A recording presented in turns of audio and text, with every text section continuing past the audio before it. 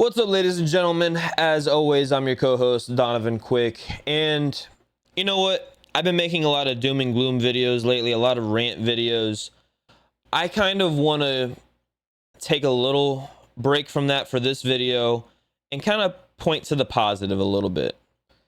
So, after the game, well, let's just start with during the game. So, obviously, we had a players meeting on Tuesday last week, which is our off day. I know a lot of people were questioning why happened on Tuesday instead of Monday.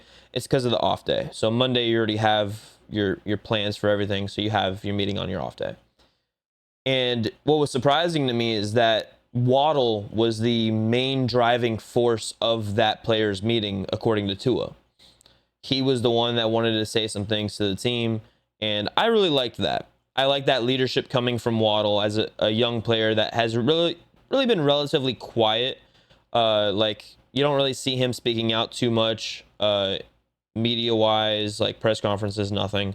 Like, he's very to himself, or like not, I would say like a little camera shy almost, but not really camera shy. He just doesn't, he's not that, oh, I'm a plaster your face interviews everywhere all over the wall kind of deal. So that was really nice to see that. And then after the game, you know, obviously the offense played a lot better, but it ended so poorly. And Tua, up at the press conference, he's like, straight up honest, it was a terrible execution, so much confusion, and they need to get it cleaned up, and they need to get it cleaned up fast, because that is unacceptable in the NFL. He talked about how him and Waddle, they have never been 0-2 in their NFL careers. And, you know, obviously it sucks to have happened now. The season's not over, though, but they need to fix their shit, and they need to fix it fast, basically, is what he said. And he said that he's going to have a conversation with Mike McDaniel and Darrell Bevell. So that would be his QB coach and obviously head coach, about getting that, you know, situational football at the end of the game, and even just regular third downs, because McDaniel sucks at those too. And getting those worked out, getting those kinks worked out, making sure we're getting guys in the huddle within, you know, reasonable time, and not having to wait till 15 seconds on the play clock to throw another guy in there that was off the bench. Dude, just watching the people going throughout the huddle bothered the hell out of me. But we're going to keep on the positive note. So I really liked his show of leadership. I like him kind of calling out the head coach. And as you guys saw from my video last night, I'm kind of off the McDaniel train. But I love seeing what I'm seeing from Tua as a leader, from that standpoint, and him taking charge of his team. Like, this is his team.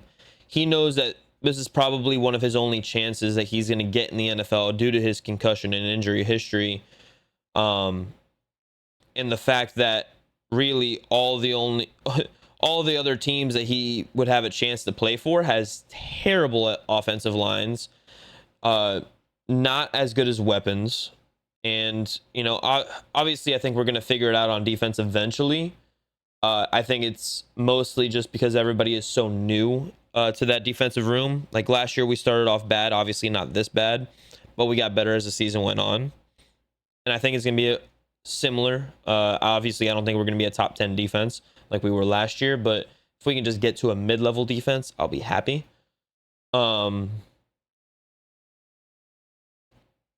But dude, seeing Tua take that charge, seeing him kind of be fired up about it, and look, he didn't shy away. Like, he criticized his own pass to Tyreek.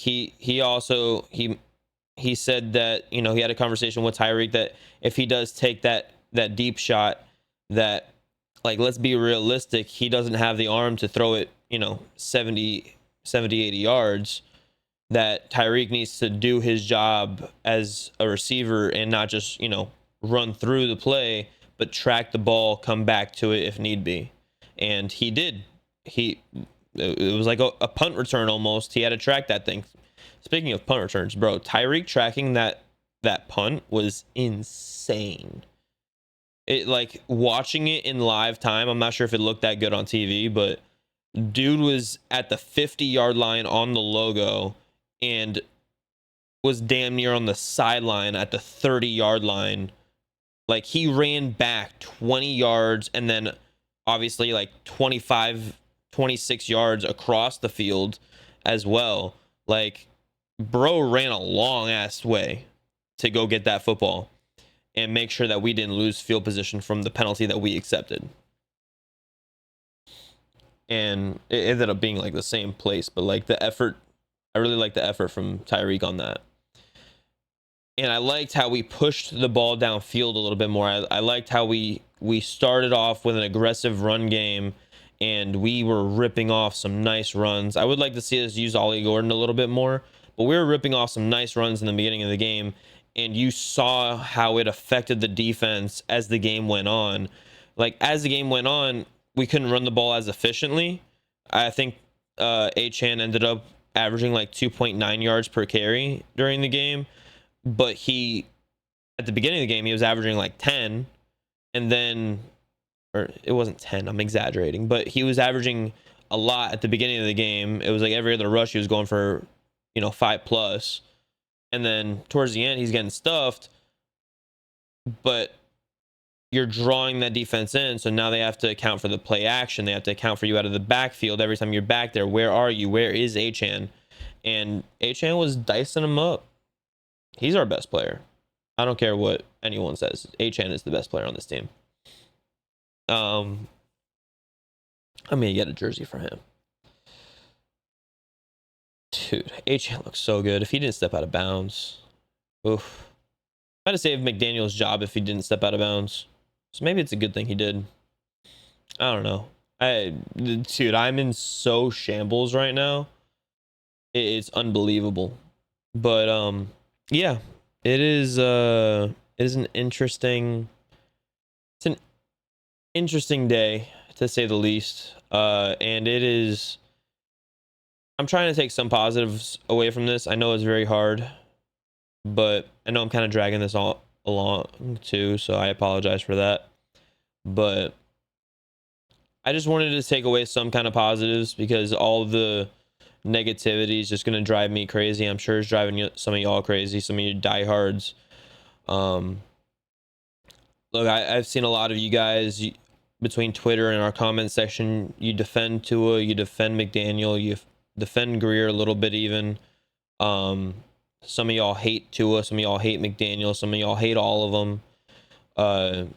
And it's frustrating. A lot of you guys put it on Ross, and meanwhile, obviously, I don't think Ross has made the best decisions as far as who to trust with his hiring process. You can't say he's not committed to the team. You can't say he doesn't want what's best for the team. He's shown it time and time again. He just doesn't know what's best for the team.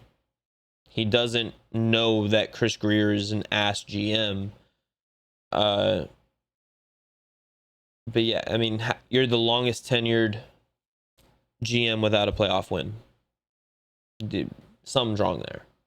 Something is wrong there. So, yeah, that's what I got for y'all. I might have another video later. I don't know. It's been a day. It's been a day. Deuces.